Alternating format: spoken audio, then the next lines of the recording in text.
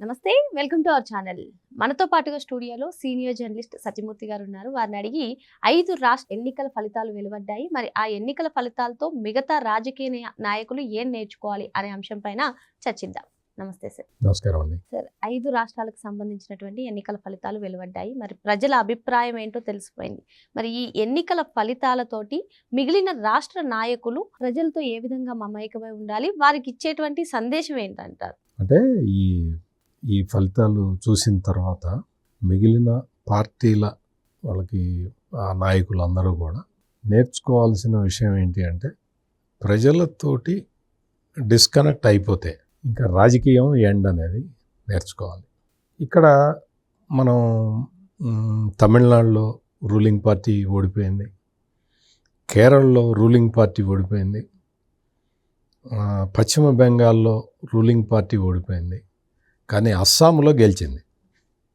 అస్సాంలో అధికారంలో ఉన్న పార్టీ మళ్ళీ గెలిచింది. మరి మిగిలిన ఈ 3 రాష్ట్రాల్లో ఓడిపోయింది. పశ్చిమ బెంగాల్ విషయాన్ని తీసుకుంటే, పశ్చిమ బెంగాల్లో మమతా బెనర్జీ తన మీద ఉన్న ప్రభుత్వ వ్యతిరేకతని, అంటే ప్రభుత్వ వ్యతిరేకత యాంటీ ఇన్కంబెన్సీ ఫ్యాక్టర్ అంటారు. ఈ యాంటీ ఇన్కంబెన్సీ ఫ్యాక్టరు చాలా తీవ్రంగా ఉన్న విషయాన్ని మమతా బెనర్జీ తను స్వయంగా గుర్తించలేదు, దాన్ని తగ్గించుకోవటానికి ప్రయత్నం చేయలే. ఆమె ఏం చేసింది అంటే, తన ప్రభుత్వం మీద ఉన్న ప్రజల వ్యతిరేకతని ఇది బీజేపీ వల్ల జరుగుతున్నది, బీజేపీ చేయటం వల్ల ఇట్లా జరుగుతున్నది, బీజేపీ చేయటం వల్ల అట్లా జరుగుతున్నది, బీజేపీని అన్ని సమస్యలకి కారణం అనే పిక్చర్ ఇచ్చింది. దాంతో ఏమైపోయింది అంటే, ప్రజలు అప్పటి వరకు అంటే బీజేపీని చాలా సంవత్సరాల పాటు వెస్ట్ బెంగాల్ ప్రజలు ఆదరించలేదు కదా, అంటే వాళ్ళు రానివ్వలేదు. అక్కడ కమ్యూనిస్టు ప్రాబల్యం ఎక్కువగా ఉండేది. తర్వాత తృణమూల్ కాంగ్రెస్ వచ్చేసింది. తృణమూల్ కాంగ్రెస్ ఆ ప్రభావం చాలా ఎక్కువ ఉన్నది. భారతీయ జనతా పార్టీకి పెద్ద ఎక్కువ అక్కడ హోప్స్ కూడా లేకుండే గతంలో. ఎప్పుడైతే మమతా బెనర్జీ భారతీయ జనతా పార్టీని బూచిగా చూపిస్తూ వచ్చిందో, ప్రజల దృష్టి భారతీయ జనతా పార్టీ మీదకు వచ్చింది. అంటే ఏం జరుగుతున్నది, దీది చేస్తున్నది ఏంటి, బీజేపీ చేస్తున్నది ఏంటి అని కంపారిజన్ చేయటం మొదలుపెట్టారు. That is the first downfall of Mamata Banerjee. BJP మీదకి దృష్టి మరలించింది. అదే బీజేపీకి ప్లస్ పాయింట్ అయింది. తన మీద ఉన్న యాంటీ ఇన్కంబెన్సీ ఫ్యాక్టర్ ఎందుకు వస్తున్నది అనేది గ్రహించలేదు, దానికి దిద్దుబాటు చర్యలు తీసుకోలేదు. ఆ కోల్ స్కామ్కి సంబంధించిన విషయంలో, మనీ లాండరింగ్ విషయంలో ఎన్ఫోర్స్మెంట్ డైరెక్టరేటు వాళ్ళు ఐపాక్ సంస్థకు సంబంధించిన వాళ్ళని పట్టుకుంటే వాళ్ళ మీద రైడ్ చేస్తూ ఉంటే అక్కడికి వెళ్ళి ధర్నాలు చేయటం, ఎన్ఫోర్స్మెంట్ డైరెక్టరేట్కి వ్యతిరేకంగా. నువ్వు ఎందుకు చేసావు, ఎందుకు వెళ్ళావు, నీకు ఆ కోల్ స్కామ్తో సంబంధం లేకపోతే, ఆ మనీ లాండరింగ్ చేసిన డబ్బులు నీవి కాకపోతే నువ్వు ఎందుకు చేసావు అని ప్రజలు ప్రశ్నించారు. ఇంకోటి, ఆర్జీకర్ హాస్పిటల్లో ఒక డాక్టర్ని, మహిళా డాక్టర్ని దారుణంగా, పాశవికంగా, కిరాతకంగా రేప్ చేసి చంపేస్తే ఆసుపత్రి ప్రెమిసెస్లోనే అక్కడికి మమతా బెనర్జీ వెళ్ళలేదు. అక్కడికి వెళ్ళి అక్కడ చాలా పెద్ద ఉద్యమం వచ్చింది. ఒక డ్యూటీలో ఉన్న డాక్టర్ని ఆసుపత్రిలోకి వచ్చి ఇట్లా చేస్తే దీని మీద ప్రభుత్వం ఏమీ చర్యలు తీసుకోకపోతే ప్రజలు ఏం చేయాలి? అంటే నువ్వు ఎన్ఫోర్స్మెంట్ డైరెక్టరేట్ ఆఫీస్ ముందర ధర్నా చేయడానికి వెళ్తావు, మరి ఆర్జీకర్ ఆసుపత్రి దగ్గరికి ఎందుకు రాలేదు? మహిళ, ఒక డాక్టర్ యువతి అట్లా అంత దారుణమైన దీనికి గురైతే నువ్వు రావాల్సిన పని లేదా? పైగా ఆ కేసులో ఉన్న వాళ్ళందరినీ కాపాడింది మమతా బెనర్జీ. ఇది చాలా పెద్ద ప్రభావం చూపించింది. మొత్తం మహిళా ఓటర్ల మీద చాలా పెద్ద ప్రభావం చూపించింది. ప్రభావం చూపించటమే కాకుండా భారతీయ జనతా పార్టీ ఏం చేసిందంటే ఆర్జికర్ ఆసుపత్రిలో చనిపోయిన డాక్టరు తల్లిని క్యాండిడేట్గా పెట్టింది. ఇప్పుడు ఆమె గెలిచింది. అంటే మమతా బెనర్జీ ఈ విధమైన కార్యక్రమాలు చేయటం వల్ల ప్రజల విశ్వాసాన్ని కోల్పోయింది. ఇప్పుడు ఇంకా భారతీయ జనతా పార్టీ వచ్చేసింది. ఇవన్నీ ఏంటి, ఇప్పుడు లోకల్ సంఘటనలు, ఇవి వెస్ట్ బెంగాల్ వరకు సంబంధించిన సంఘటనలు. అదొక్కటే కాకుండా మనందరికీ సంబంధించినవి, అంటే దేశం మొత్తానికి సంబంధించిన విషయం ఏంటి అంటే బంగ్లాదేశ్ నుంచి వస్తున్న ఇన్ఫిల్ట్రేటర్స్ వాళ్ళందరూ ఆ చొరబాటుదారులు వచ్చేస్తున్నారు, రోజు విచ్చలవిడిగా వచ్చేస్తూ ఉన్నారు, పశ్చిమ బెంగాల్లో సెటిల్ అవుతూ ఉన్నారు, అక్కడి నుంచి ఇతర రాష్ట్రాలకి స్ప్రెడ్ అవుతూ ఉన్నారు.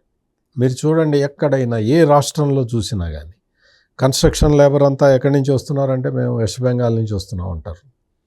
వాళ్ళు వాస్తవంగా వెస్ట్ బెంగాల్ నుంచి కాదు వచ్చింది, బంగ్లాదేశ్ నుంచి వచ్చి, బంగ్లాదేశ్ నుంచి వెస్ట్ బెంగాల్కి వస్తున్నారు. అక్కడ సరిహద్దుల్లో ఆధార్ కేంద్రాలు పెట్టారు. వాడు రావటం, వాడు ఒక 1000 రూపాయలు 2000 ఇస్తే వాడు ఆధార్ కార్డు ఇచ్చేస్తున్నాడు. ఆ ఆధార్ కార్డు తీసుకుంటున్నారు, వచ్చేస్తున్నారు. దేశం మొత్తం స్ప్రెడ్ అయిపోతూ ఉన్నారు. మొన్నటి వరకు బంగ్లాదేశ్ అనేది అది మన మిత్ర దేశం. కానీ ఎప్పుడైతే షేక్ హసీనాని దించేసిన తర్వాత అక్కడ ఇప్పుడు మనకి వ్యతిరేకంగా మొత్తం భారీ ఎత్తున బంగ్లాదేశ్ మొత్తం మనకి శత్రు దేశంగా తయారై ఉన్నది. మరి ఈ దశలో మమతా బెనర్జీకి కొంత బాధ్యత ఉండాలి కదా. మొత్తం భారతదేశానికి సంబంధించిన వ్యక్తిగా ఎంత బాధ్యతతోటి ఉండాలి మమతా బెనర్జీ. కానీ ఆ సరిహద్దుల్లోనే ఆధార్ కేంద్రాలు పెట్టి 2000 తీసుకొని ఆధార్ కార్డు ఇప్పించేస్తూ ఉంటే నువ్వు చూస్తూ ఊరుకుంటావా? నీకు అసలు భారతదేశం మీద ప్రేమ ఉందా? మొత్తం చొరబాటుదారులు వచ్చేస్తూ ఉంటే నువ్వు భారతదేశానికి సంబంధించిన ముస్లిమ్స్ని వాళ్ళ హక్కుల్ని కాపాడుతాను అంటే ఎవరికి అభ్యంతరం లేదు. నువ్వు బంగ్లాదేశ్ నుంచి వస్తున్న ముస్లింల హక్కుల్ని నేను కాపాడుతాను అంటే అది ఎంతవరకు సమంజసం? దాన్ని ఎవరు అప్రిషియేట్ చేస్తారు? ఇది మొత్తం భారతదేశం మొత్తానికి సంబంధించిన ఇష్యూ అయింది. భారతీయ జనతా పార్టీ అక్కడ కేంద్రంలో అధికారంలో ఉన్న ఎన్డీఏ ప్రభుత్వం, అక్కడ మేము సరిహద్దు గోడ కట్టేస్తాము, మనం సరిహద్దు బోర్డర్ వేసుకుందాము మనం అంటే ఆ బోర్డర్ వేయడానికి స్థలం ఇవ్వలేదు మమతా బెనర్జీ. అది ఎంత ప్రమాదకరం భారతదేశానికి. అందుకనే పశ్చిమ బెంగాల్ ప్రజలందరూ కూడా అసలు ఈ మమతా బెనర్జీని మనం వదిలించుకుంటే తప్ప మన దేశాన్ని మనం కాపాడుకోలేము అనే ఒక నిర్ణయానికి వచ్చి ఈ పని చేశారు. అందుకనే భారతీయ జనతా పార్టీకి ఇంత ఫుల్ మెజారిటీ వచ్చింది. ఇప్పుడు వెస్ట్ బెంగాల్ సేఫ్ హ్యాండ్స్లోకి వెళ్ళిపోయింది, అందులో సందేహమే లేదు. మనమేదో భారతీయ జనతా పార్టీ గెలిచింది అని కాదు, భారతీయ జనతా పార్టీ గెలవటం వల్ల ఇటువంటి చొరబాటుదారులు ఆగిపోతే చాలు. ఇది నిజంగా బీజేపీకి ఒక ఛాలెంజే. మీరు చొరబాటుదారులని అడ్డుకోవటం, వచ్చిన వాళ్ళని మళ్ళీ తిప్పి పంపించడం చాలా సవాల్తో కూడిన పని. కానీ చేస్తారు అన్న నమ్మకం అయితే ఉన్నది. అది వెస్ట్ బెంగాల్లో మమతా బెనర్జీని చూసి, అంటే మనం రాజకీయ విభేదాలు ఎన్నున్నా కానీ మనం విదేశీ శక్తులకి మనం సహాయం చేయకూడదు. మన దేశంలో మన ఇంటిగ్రిటీని మనం కాపాడుకోవాలి అనే విషయాన్ని అందరూ రాజకీయ నాయకులు తెలుసుకోవాలి, నేర్చుకోవాలి. ఒకటి ఏదో సమస్య వస్తే ఆ సమస్యని పరిష్కరించాలి, కానీ ఆ సమస్యని ప్రత్యర్థి రాజకీయ పార్టీ మీదకి తోసేద్దామని చూడటం అనేది అది సమస్యకు పరిష్కారం కాదు అనేది వెస్ట్ బెంగాల్ ఎలక్షన్స్ క్లియర్ కట్గా చెప్తూ ఉన్నాయి. మీకు కేరళలో అంత మొత్తం అవినీతిమయమైపోయింది. కమ్యూనిస్టు పార్టీలు వాళ్ళందరూ నిస్వార్థంగా సేవ చేస్తారని చెప్పి చాలామంది అనుకునే స్థితి నుంచి అది ఒక కరప్ట్ పార్టీగా రావటం. పినరాయి విజయన్ ఆయన వ్యక్తిగతంగా ఆయన ఏదో కొంత మంచి పేరు ఉన్నా కానీ పార్టీ యాజ్ ఎ హోల్ మొత్తం ఈ గోల్డ్ స్మగ్లింగ్ కేసులు, ఆ కేసులు, ఈ కేసులు, ఇటువంటి వాటిట్లో నిమగ్నం అయిపోయి ఉన్నారు. ప్రజల నుంచి డిస్కనెక్ట్ అయిపోయి ఉన్నారు. దాన్ని కాంగ్రెస్ పార్టీ అడ్వాంటేజ్గా తీసుకుంది, అధికారంలోకి వచ్చింది. తమిళనాడు విషయానికి వస్తే తమిళనాడులో డిఎంకే, రూలింగ్ డిఎంకే, అక్కడ డిఎంకేకి పూర్తి వ్యతిరేకత, ప్రజా వ్యతిరేకతను ఎదుర్కొంటున్నది. కానీ దాన్ని పైకి ఎక్కడ కనపడకుండా చేసుకున్నారు. ఎట్లా చేసుకున్నాడు స్టాలిన్ అంటే, మొత్తం ఈ ఆగ్రహం మొత్తాన్ని హిందీ భాషని తీసుకొస్తున్నాడు. మోడీని వ్యతిరేకిద్దాము, లేదు ఉత్తరాది రాష్ట్రాలకి దక్షిణాది రాష్ట్రాలకి తగాదా పెడదాము అన్న యాంగిల్లోకి వెళ్ళిపోయాడు తప్ప రాష్ట్రంలో ఉన్న సమస్యలు ఏంటి, ఆ సమస్యలను ఎట్లా పరిష్కారం చేసుకోవాలి, ఇక్కడ కూడా బీజేపీని, సెంట్రల్ గవర్నమెంట్ని అటాక్ చేసే కార్యక్రమమే పెట్టుకున్నాడు. దాంతో ఏమైంది అంటే, ఇక్కడ బీజేపీని బూచిగా చూపించి మళ్ళీ గెలుద్దాం అన్న ప్లాన్ వేసుకున్నాడు తప్ప ప్రజలని కన్విన్స్ చేసుకుందాం అన్న ప్లాన్ వేయాల. ప్రజలని కన్విన్స్ చేయాలి. ఎట్లా కన్విన్స్ చేయాలి? ప్రజల సమస్యలు, వాటి పరిష్కారం కోసం ప్రయత్నం చేయాల్సింది పోయి స్టాలిన్ ఏం చేశాడు, మొత్తం స్టాలిన్ ఉదయనిధి స్టాలిన్ వీళ్ళందరూ కూడా క్రిస్టియన్స్.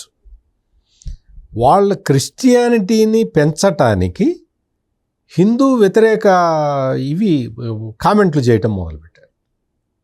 ఉదయనిధి స్టాలిన్ అయితే సనాతన ధర్మం డెంగ్యూ ఫీవర్ లాంటిదని చెప్పి కామెంట్ చేశాడు. అంత దారుణమైన కామెంట్లు చేసిన తర్వాత డిఎంకేకి సంబంధించిన మంత్రులు అందరూ కూడా ఉదయనిధి స్టాలిన్ చెప్పిన దాన్ని సమర్థించడం మొదలుపెట్టారు. ఎంత తప్పది? నువ్వు by religion you are a Christian. నువ్వు హిందూ అయ్యుండి నువ్వు హిందూ మతం మీద కామెంట్ చేయటం వేరు. నువ్వు క్రిస్టియన్ అయ్యుండి హిందూ మతం మీద అటాక్ చేస్తున్నావు అన్న భావన ప్రజల్లో స్థిరంగా బలంగా నిలబడిపోయింది. అది ఇక్కడ చాలా ప్రభావం చూపించింది. ఇక్కడ గెలిచిన ఇప్పుడు విజయ్ కూడా, ఆయన కూడా క్రిస్టియనే. కాకపోతే విజయ్ ఏ రోజు కూడా హిందూ మతం గురించి చెడుగా వ్యాఖ్యానాలు చేయలేదు. అది ఇక్కడ మనం గమనించాల్సింది. ఇప్పుడు భారతీయ సమాజం ఎట్లా ఉంటుంది అంటే, నీ మతాన్ని నువ్వు గౌరవించుకో, నా మతం జోలికి రామాక అనే పద్ధతిలోనే ఉంటారు అందరూ కూడా. క్రిస్టియన్లు అంతే ఉంటారు, ముస్లింలు అంతే ఉంటారు, హిందువులు అంతే ఉంటారు. కానీ కొంతమంది క్రిస్టియన్లు, ఇప్పుడు ఉదాహరణకి ఆంధ్రప్రదేశ్ మాజీ ముఖ్యమంత్రి జగన్మోహన్ రెడ్డి, నేను 4 గోళ్ల మధ్య బైబిల్ చదువుతానంటాడు. బయటకు వచ్చి పంచకట్టుకొని నామాలు పెట్టుకొని నాకు హిందువుల ఓట్లు కావాలని వస్తాడు. నువ్వు సంకల్పం చెప్పమంటే ఆ సంకల్పం చెప్పడానికి ఈ గోత్రం చెప్పాలి. ఈ గోత్రం, క్రిస్టియన్కి గోత్రం ఏముంటుంది? వెంకటేశ్వర స్వామి దగ్గరికి వెళ్ళాలంటే నువ్వు అన్యమతస్థుడివయ్యా, నువ్వు క్రిస్టియన్వి, నువ్వు ఒక డిక్లరేషన్ ఇవ్వు అంటే, డిక్లరేషన్ ఇవ్వటంలో తప్పేమీ లేదు. డిక్లరేషన్ ఇవ్వటం అంటే మతం మారినట్టు కాదు. నేను క్రిస్టియన్ని కానీ నాకు వెంకటేశ్వర స్వామి మీద భక్తి ఉంది అని రాసి ఇవ్వటం తప్పేముంది అందులో? నువ్వు మతం మారినట్టు కాదు కదా. నువ్వు వెంకటేశ్వర స్వామిని దర్శించుకోవటానికి నాకు నమ్మకం ఉందని సంతకం పెట్టమంటుంటే అది పెట్టలేదుగా జగన్మోహన్ రెడ్డి, వాళ్ళ నాన్న పెట్టలేదు. అంటే ఇటువంటివన్నీ కూడా ఏంటంటే, మత సంబంధమైన విషయాలని చాలామంది పట్టించుకోరు కానీ మనసులో పెట్టుకుంటారు. ఇదిగో ఇట్లా చేస్తున్నాడు అని. ఈ రోజున విజయ్కి పోటీ అంటే ఉదయనిధి స్టాలిన్ చేసిన కామెంట్లు ఇవన్నీ కూడా విజయ్ తోటి పోల్చుకున్నారు. విజయ్ క్రిస్టియన్ అయినా కానీ మర్యాదపూర్వకంగా వ్యవహరిస్తున్నాడు అనే నిర్ణయానికి రావటంతో విజయ్కి ఇంత మెజారిటీ, థంపింగ్ మెజారిటీ వచ్చింది. డిఎంకే కాలగర్భంలో కలిసిపోయింది. డిఎంకేకి స్థిరమైన ఓటు బ్యాంక్ ఉంది అని చెప్పుకుంటున్నారు.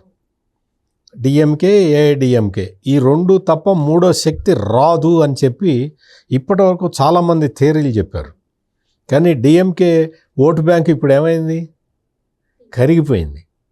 విజయ్కి వెళ్ళిపోయింది. అందుకని మనం గమనించాల్సిన విషయం ఏంటి అంటే, తమిళనాడు ఎగ్జాంపుల్లో మనం తీసుకొని తమిళనాడులో జరిగింది ఏంటి, స్థానిక సమస్యలన్నీ వదిలేసి ఉమెన్స్ రిజర్వేషన్ బిల్లు పార్లమెంటులో వీగిపోగానే స్వీట్లు పంచుకుంటే మన సమస్యలు తీరుతాయా? లేదు, అమిత్ షా వస్తున్నాడు, హిందీని మన మీద రుద్దుతున్నాడు అని ప్రచారం చేస్తే మన సమస్యలు తీరుతాయా? ఇదివరకు గత కాలంలో అంటే కరుణానిధి వాళ్ళు ఉన్న కాలంలో హిందీ మీద వ్యతిరేకత ఉండేది, అది వాస్తవం. తమిళనాడులో హిందీ వ్యతిరేకత ఉండేది. హిందీ వ్యతిరేకతను అప్పట్లో బాగా రెచ్చగొట్టారు, ఆ పరిస్థితి ఉండేది.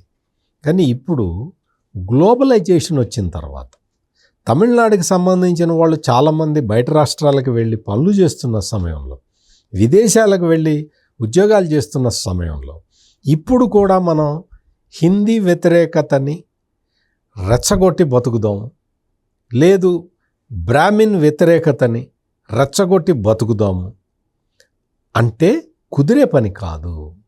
అప్పుడెప్పుడో పెరియార్ ఉద్యమం జరిగింది, బ్రాహ్మణులకి వ్యతిరేకంగా, టెంపుల్ అడ్మినిస్ట్రేషన్కి వ్యతిరేకంగా, రాముడికి వ్యతిరేకంగా. ఇప్పుడు కూడా అదే చేస్తానంటే ఎలా? ఇప్పుడు మారిపోయిన పరిస్థితుల్ని గమనించాలి. అందుకనే డిఎంకే ఓటు బ్యాంక్ మొత్తం కరిగిపోయింది. డిఎంకే అనేది దాని అస్తిత్వం ఎన్ని సీట్లైనా రాని, ఎన్ని సీట్లు వచ్చినా కానీ వాళ్ళు మళ్ళీ పుంజుకోవటం అనేది కష్టం. ఎందుకు అంటే మతపరమైన ఆచార వ్యవహారాల జోలికి వచ్చారు, భాషాపరమైన అంశాల జోలికి వచ్చి ప్రజల్ని రెచ్చగొట్టాలని చూస్తున్నారు అనేది ప్రజలకి అర్థమైపోయింది. అందుకని వీళ్ళందరూ ఈ మమతా బెనర్జీ కానీ, స్టాలిన్ కానీ, పినరయి విజయన్ కానీ, నాకు తెలిసి స్టాలిన్ రాజకీయ జీవితం ముగిసిపోయింది, మమతా బెనర్జీ రాజకీయ జీవితం ముగిసిపోయింది, పినరయి విజయన్ రాజకీయ జీవితం ముగిసిపోయింది. ఇంకా ఈ ఉదయనిధి స్టాలిన్ లాంటి వాళ్ళు, హిమంత బిశ్వ శర్మ ఆయన ఏం చేస్తున్నాడో చూసి నేర్చుకోవాలి. చూసి నేర్చుకొని ఆయన మళ్ళీ ఎట్లా గెలిచాడు, థంపింగ్ మెజారిటీ, ఇంతకు గతంలో కన్నా ఎక్కువ మెజారిటీతో ఎట్లా గెలిచాడు, ఎట్లా ఉన్నాడు అనేది జాగ్రత్తగా చూసుకోవాలి తప్ప మేము ఎట్లయినా పర్వాలేదు, మాకు వారసత్వం ఉంది, రాజకీయ వారసత్వం ఉంది, మా తాత సీఎం, మా నాన్న సీఎం కాబట్టి నేను సీఎం అవుతా అంటే కాదు. ఉదయనిధి, నువ్వు సినిమా యాక్టర్వి, నువ్వు సినిమా యాక్టర్ లాగా ఉన్నా ఒక రకంగా ఉండేది. రాజకీయాల్లోకి వచ్చిన తర్వాత నీ తాత ఏం చేశాడు, నీ తండ్రి ఏం చేశాడని కాదు, నువ్వేం చేయాలని తెలుసుకోవాలి. నేను ఇవన్నీ చెప్తుంటే మీకు జగన్ గుర్తొస్తూ ఉంటాడు. ఎందుకంటే మా నాన్న చేశాడు, మా నాన్న అది చేశాడు, మా నాన్న మరి నువ్వేం చేసావు? నువ్వు దళితుల్ని ఊచకోత కోసావు, బీసీలని ఊచకోత కోసావు, ముస్లింలు బతకకుండా చేసావు, ఎవడి ల్యాండ్ కనపడితే ఆ ల్యాండ్ ఆక్యుపై చేసావు. మా నాన్న అది చేశాడు, మా నాన్న ఆరోగ్యశ్రీ తెచ్చాడు, మా నాన్న ఫీజు రియంబర్స్మెంట్ తెచ్చాడంటే నువ్వేం తెచ్చావు? అది ఈ జగన్ని చూసిన తర్వాత, హిమంత్ బిశ్వ శర్మను చూసిన తర్వాత ఉదయనిధి స్టాలిన్ నేర్చుకోవాల్సింది ఇది. ఎట్లా ఉండకూడదో జగన్ ఎగ్జాంపుల్, ఎట్లా ఉండాలో బిశ్వ శర్మ ఎగ్జాంపుల్ తీసుకోవాలి. కానీ భవిష్యత్తులో ఇంకా డిఎంకే కోలుకునే పరిస్థితి లేదు. ఉదయనిధి స్టాలిన్ ఏదన్నా పోరాటం చేస్తాడు, కానీ ఉదయనిధి స్టాలిన్ మళ్ళీ రాజకీయాల్లో షైన్ అవుతాడు, వస్తాడు, మళ్ళీ పార్టీని అధికారంలోకి తెస్తాడు అనేది అయితే మాత్రం, ఎట్లయితే ఆంధ్రప్రదేశ్లో జగన్మోహన్ రెడ్డి పరిస్థితి అగమ్య గోచరంగా ఉందో, ఉదయనిధి స్టాలిన్ కూడా is equal to Jaganmohan Reddy. మరో అంశంతో మళ్ళీ కలుద్దాం. Thank you sir. నమస్కారం.